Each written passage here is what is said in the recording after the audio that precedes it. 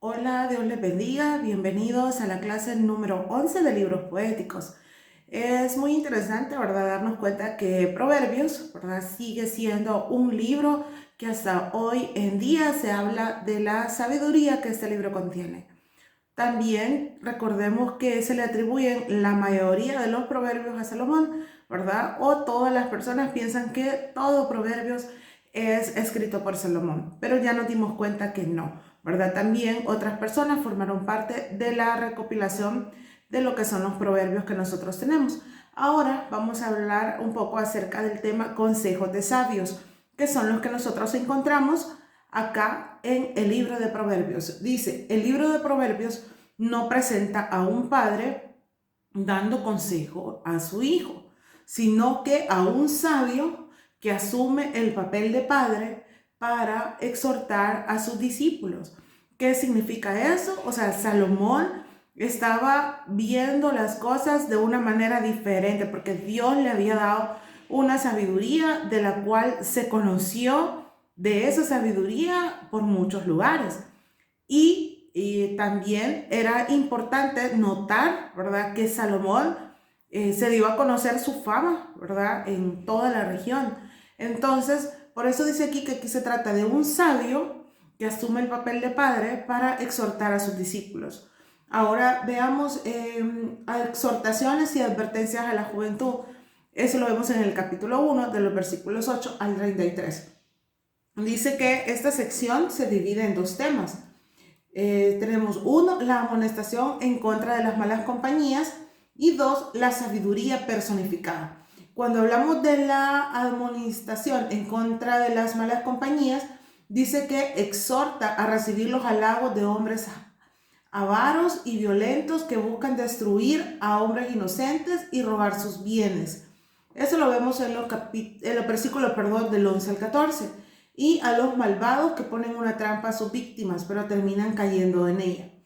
Vea que es importante que notemos esto, ¿verdad? Que exhorta y nos ayuda a examinar, ¿verdad?, qué es lo que está sucediendo. O sea, muchas veces tomamos decisiones sin antes examinar o darnos un tiempo, ¿verdad?, para poder analizar la decisión que nosotros estamos tomando.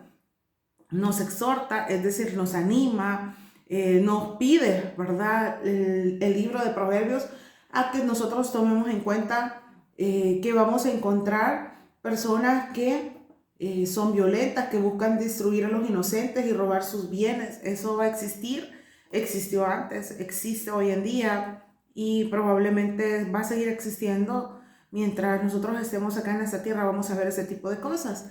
Y ahí vemos algunos consejos. Luego dice, los malvados ponen trampas a sus víctimas, pero terminan cayendo en ellas. Eso lo vemos en el versículo 11. Usted sabe que cuando alguien le quiere hacer el mal a alguien, al final ese mal se viene y se revierte para su vida, ¿verdad? Entonces, eso es lo que pudo haber observado, ¿verdad?, el sabio Salomón y los otros que estuvieron escribiendo. Luego dice beneficios de la sabiduría. Eso lo vemos en el capítulo 2 al 4. ¿Cómo obtener la sabiduría? Créame que para mí ese tema de la sabiduría es muy importante porque cuando uno está en una etapa de joven, ¿verdad?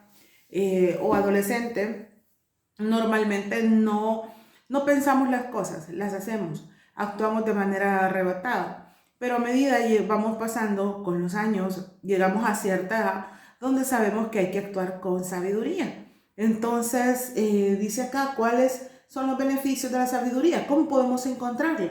La sabiduría proviene de Dios, pero uno dispone de ella estando abierta a la enseñanza del sabio y buscándola diligentemente como si fuera plata. ¿Qué significa eso? Si nosotros podemos decir, yo no tengo sabiduría, muchas veces quizás confundimos, ¿verdad? Y creo que era en mi caso que la sabiduría era aquella persona sumamente inteligente que sacaba buenas notas, era sabio. O sea, en realidad no es así.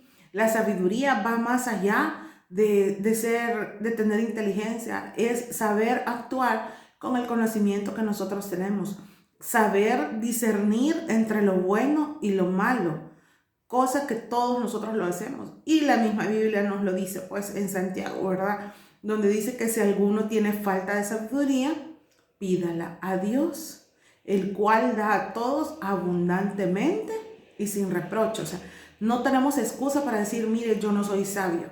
Si usted se considera a alguien así, inmediatamente podemos acudir a Dios, ¿verdad? Y decirle, Señor, necesito tu sabiduría para actuar. Creo que en todas las áreas de nuestra vida es importante que podamos tener sabiduría de lo alto. Dice, ¿cuáles son las bendiciones de obtener la sabiduría? La búsqueda de la sabiduría nos lleva a el conocimiento de Dios, lo vemos en el capítulo 5, versículo 5, la sabiduría misma, a la protección divina, al entendimiento del buen camino, a la liberación de los hombres malos y las mujeres malas y a la felicidad de heredar la tierra. Son 6 bendiciones, ¿verdad?, que nosotros obtenemos al querer buscarla. El conocimiento de Dios, la sabiduría misma, ¿verdad?, en sí, la protección divina, el entendimiento del buen camino. Creo que son como los principales que nos ayudan a nosotros a saber tomar buenas decisiones y hacerlo con la sabiduría de Dios. ¿Cuáles son algunas recompensas para los que encuentran la sabiduría? Dice que, y esta me encanta porque dice, 1, larga vida. 2, aceptación de parte de Dios y los hombres. 3, una vida liberada de obstáculos y tentación. 4, salud. Y 5, prosperidad. Dice, los que hallan la sabiduría y guardan los preceptos confían en Dios, se mantienen humildes y consagran sus bienes al Señor. Tienen recompensas. ¿Cuáles son esas recompensas? La larga vida. Alguien que es sabio con su vida tiene una larga vida porque hay mucho que enseñar también a otros. Y quizás esta es la parte bonita, ¿verdad? Que en la vida, cuando nosotros tenemos sabiduría, tenemos larga vida. Yo tengo un amigo que me decía que él iba a morir cuando tuviera 45. Hoy tiene 47, sí, 47 años y sigue con vida. Entonces yo lo molesto y le digo, ¿qué pasó? No, me dice, no, definitivamente que todavía no me quiero morir. ¿Por qué? Porque a veces cuando nosotros estamos jóvenes, decimos, yo voy a llegar a vivir 50 años, hasta ahí quiero llegar. Pero Dios tiene planes perfectos para nosotros. Y cuando nosotros somos sabios, larga vida es parte de lo que nos da la sabiduría. Y creo yo que es bonito disfrutar bastante tiempo acá en esa tierra con las personas que amamos, con nuestra iglesia, con las cosas que hacemos. Obviamente hay personas que no tienen satisfacción en su vida, entonces no quieren estar sobre esta tierra, pero son aquellos que no conocen de Dios y que están lejos de Dios. Luego dice, ¿por qué sufren los hijos de Dios? Eso lo vemos en el Proverbios 3, del 11 al 12. El proverbista observa que aún la corrección y el castigo indican el amor y el favor de Dios. Bueno, los que son padres, ¿verdad?, pueden decir, yo castigo a mi hijo porque lo amo. Entonces, cosas que nosotros como hijos no entendemos cuando estamos jóvenes, pero ya adultos entendemos que eso es parte de la vida, ¿verdad? El castigo y la corrección. Esas dos cosas son necesarias para que tengamos una vida mejor más adelante, ¿verdad? Luego dice las alegrías del sabio. Eso lo vemos en el versículos del 13 al 35 del capítulo 3. Dice que su fruto es larga vida. Nuevamente mencionamos riquezas, honor y felicidad. Y la creación del universo fue con sabiduría. Definitivamente que a mí me sorprende cómo Dios pudo crear todo en una semana. Cómo decir, sea la luz y fue la luz, porque dice que este mundo estaba en tinieblas y Él simplemente dijo que haya luz y la luz fue. Entonces, ¿cómo pudo separar las aguas y dejar tierra seca? O sea, ponerle límite al mar. A mí eso me sorprende de verdad cómo Dios pudo pensar en eso. Como Dios dijo al mar, hasta aquí llegarás, y hasta ahí llega, ¿verdad? A excepción pues de cuando hay otros fenómenos naturales, ¿verdad?, que sobrepasan pues los límites que ya están establecidos para el mar, ¿verdad? Pero esa es otra historia. Dice, el que es sabio debe tratar bien a su prójimo y no envidiar al injusto. Cuando nosotros decimos que tiene que tratar bien a su prójimo, significa a todas las personas que están a nuestro alrededor, todas. Nuestra familia principalmente son nuestro prójimo. Pensamos a veces que porque son nuestra familia tienen que aguantarnos nuestro maltrato. No, o sea, son nuestro prójimo también. Nuestra familia, las personas de la iglesia, nuestros vecinos. Nosotros tenemos que aprender como sabios a tratar bien a todos y no envidiar al injusto. Es decir, mire a él que es malo le va bien, porque a mí no. No, Dios sabe el tiempo y el momento perfecto en el que nos lleva y cuándo y cómo nos va a dar lo que necesitamos. Luego dice que hay algunas advertencias contra la imprudencia.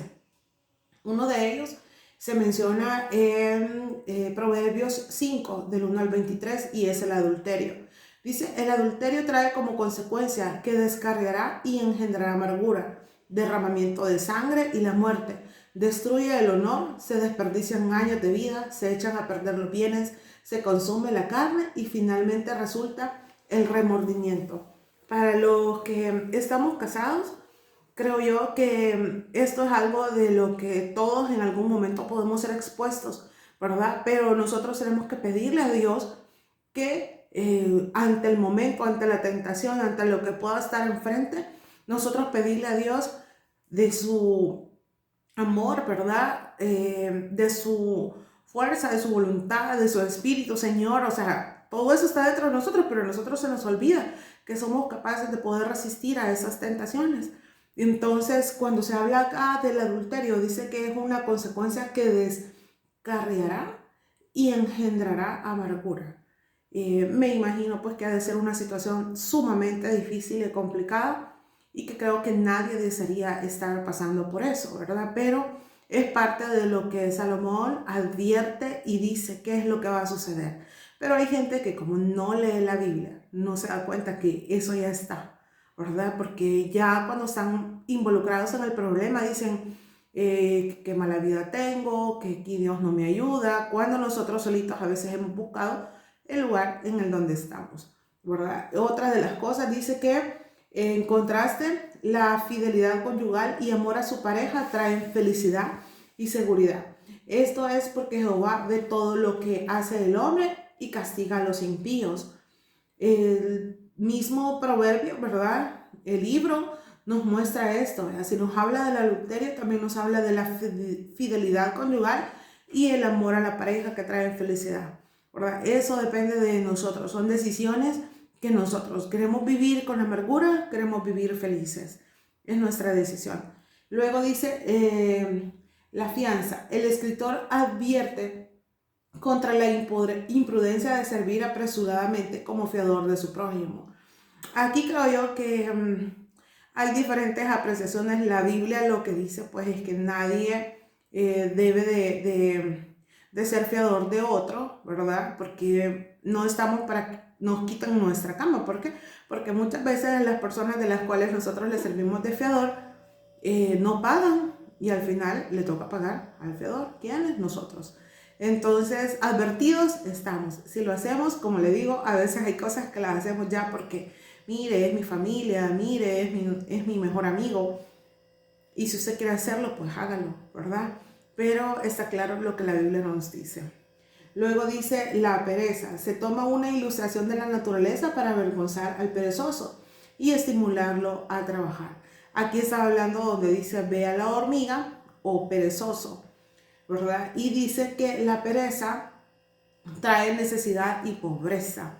Yo creo que cuando estamos jóvenes y adolescentes, y yo soy una de ellas, a mí me encantaba dormir muchísimo, era parte de eso, de mi vida. Y los sábados, por ejemplo, yo me despertaba súper tarde y casi no hacía muchas cosas en la casa. Mi hermana, al contrario, ella siempre se despertaba temprano, hacía limpieza, ella, así como para que yo me despertara, pasaba la escoba justo debajo de la cama y golpeaba así el colchón para que yo me despertara. Entonces siento yo de que eso, quizás eso nada más era sueño, cansancio, lo que sea, pero lo pongo como una semejanza a lo de la pereza, porque a veces hay gente que quiere un trabajo pero no lo busca, quiere que el trabajo llegue a su casa. Hay gente que, por ejemplo, le dicen, mire, va a trabajar de 8 a 5. Mire, pero yo me tengo que ir a las 3 porque tengo que ir a hacer otra cosa. A veces puede ser cierto, a veces simplemente es porque no quieren estar mucho tiempo trabajando y a veces la gente quiere las cosas sumamente fácil, ¿verdad? Entonces por eso nos pone el ejemplo de ve a la hormiga o perezoso, ¿verdad? Tratar de quitar eso, o sea, una cosa es descansar, dormir y otra cosa es que no hagamos nada por estar durmiendo o no hagamos nada por simplemente no querer hacerlos, ser perezosos. Luego dice el malo, el hombre perverso, mentiroso, insincero a su tiempo caerá abatido como consecuencia del pecado. Son 7 pecados, son los abominables a la vista del Señor. Y aquí creo que es el resumen de todo lo que a Dios no le gusta que nosotros hagamos. Quizás lo más grave, que son los ojos altivos, ¿verdad? La lengua mentirosa, las manos que derraman sangre inocente, el corazón que maquina pensamientos inicuos, los pies que corren presurosos al mal, el testigo falso que dice mentiras y el que siembra discordia entre hermanos. Yo creo que si nosotros al menos, ¿verdad?, nos basáramos en estas 7 cosas que aborrece Dios y tratar de no hacerlas, de no cometerlas, yo creo que tendríamos una vida mejor. Definitivamente que Salomón y los proverbios tienen la sabiduría que nosotros necesitamos para vivir una vida de lo mejor. Ahora dice, hay un discurso de la sabiduría en el capítulo 8, donde dice que este capítulo personifica la sabiduría. Ella, en contraste con la mujer adúltera, no va ocultándose por las calles buscando su presa, sino que anuncia públicamente las virtudes que ofrece a los hombres. La sabiduría no busca la ruina de uno, sino el beneficio de todos. Ahora en el 9 se hace un contraste entre la sabiduría y la necedad en el capítulo 9. Dice, este capítulo está compuesto por 3 estrofas de 6 versos. Presentan un contraste entre la sabiduría y la necesidad. La sabiduría le ofrece la vida y la necesidad la muerte. Ahí está más que claro, ¿verdad? Yo creo que nosotros muchas veces sí hemos sido necios en algunas acciones, ¿verdad? No solamente cuando estábamos pequeños, sino que ya grandes, porque nosotros sabemos qué es lo que tenemos que hacer, pero por nuestra necedad, es decir, por querer hacer las cosas a nuestra manera, nos equivocamos. Entonces es importante que nos demos cuenta qué es lo que pesa más, nuestra necedad o la sabiduría de Dios, que es la que tenemos que aplicar. Luego tenemos una gran colección salomónica, que eso dice que está en el capítulo 10, de los versículos 1 al 22, hasta el capítulo, ¿verdad? Dice, probablemente, dice, los 375 proverbios de esta sección fueron seleccionados de los 3000 seleccionados al sabio. Eso lo vemos en Primero de Reyes 4:22. Y vemos aquí una colección hasta el capítulo 16, o sea, del capítulo 10 al capítulo 16. Dice, el justo y el impío. Lo vemos en el 10:2, donde dice, los tesoros del maldad no serán de provecho. En el 10:6, la boca de los malvados oculta violencia. Y el 10:22, la bendición de Jehová es la que enriquece. Y eso es lo que nosotros tenemos que buscar. Usar la sabiduría de Dios, saber que las bendiciones de Jehová nos enriquecen a nosotros en todo sentido, económicamente, espiritualmente, ¿verdad? Y dice, el temor de Jehová prolonga los días. Vea que esto se repite varias veces en Proverbios. Entonces la sabiduría hace que nosotros podamos tener más vida, que significa que esa vida la podemos usar para bendecir a otros también. Dice, los malos y los rectos en el 11, el que reparte, en el capítulo 11 del 24 al 31, le es añadido más. Creo que quiero concluir justo con esta parte porque me gusta mucho, ¿verdad? Saber que hay mucha gente que da de lo que tiene a otros. Y dice la Biblia que al que reparte le es añadido más. Y no es porque el que reparte lo busque, sino que porque esa es la consecuencia de lo que ellos hacen. Yo me he sorprendido de cómo Dios, ¿verdad?, usa a personas para bendecir la vida de otros. Me han bendecido personalmente. He visto cómo han bendecido a otras personas también. Y nosotros podemos aprender de ellos, y cuando nosotros podamos tener un poquito, venir y bendecir a otros, que eso sería lo que al final, ¿verdad?, Proverbios nos está diciendo con esto. Si tú repartes, te va a ser añadido más. Pero no lo hagamos por eso, hagámoslo por el deseo de que porque tenemos, nosotros podemos compartir con otros. Créanme que para mí esa parte, antes de casarme, fue un poco difícil porque normalmente, o sea, yo he sido muy independiente y yo compraba las cosas para mí. O sea, desde que comencé a trabajar, todo era mi responsabilidad, mis cosas. Entonces yo decía, a mí me cuesta ganarme las cosas, ¿cómo le voy a dar a alguien más? Entonces, cuando yo conocí a mi esposo, él era una persona de verdad y es súper dadivoso. Él cuando tiene, aún lo poco que tiene, él lo daba. Y yo me molestaba con él al principio porque yo no entendía. Pero le decía, ¿y por qué le vas a dar si mira, si solo tenemos esas dos cosas? No, hombre, pero démosle una. Y yo, vaya, pues. O sea, he aprendido a dar sin esperar recibir a cambio. En realidad esa parte creo que muchas veces es un poco difícil para algunos, pero es algo que aprendemos con el tiempo y la vida, ¿verdad? Que nos ayuda a tener ese conocimiento y llegar a la sabiduría. Es importante entonces que puedan leer todo Proverbios, de verdad sería emocionante que pudieran tener el tiempo para hacerlo e ir señalando aquellos proverbios que tienen significado para su vida, aprendérselos de memoria, ¿verdad? Y saber que de alguna manera aquí en este libro encontramos como unas pequeñas cápsulas, ¿verdad? De sabiduría que debemos de tomarnos, aprenderlas, asimilarlas y que estén por todo nuestro ser y que podamos nosotros de alguna manera en algún momento compartirla con los demás.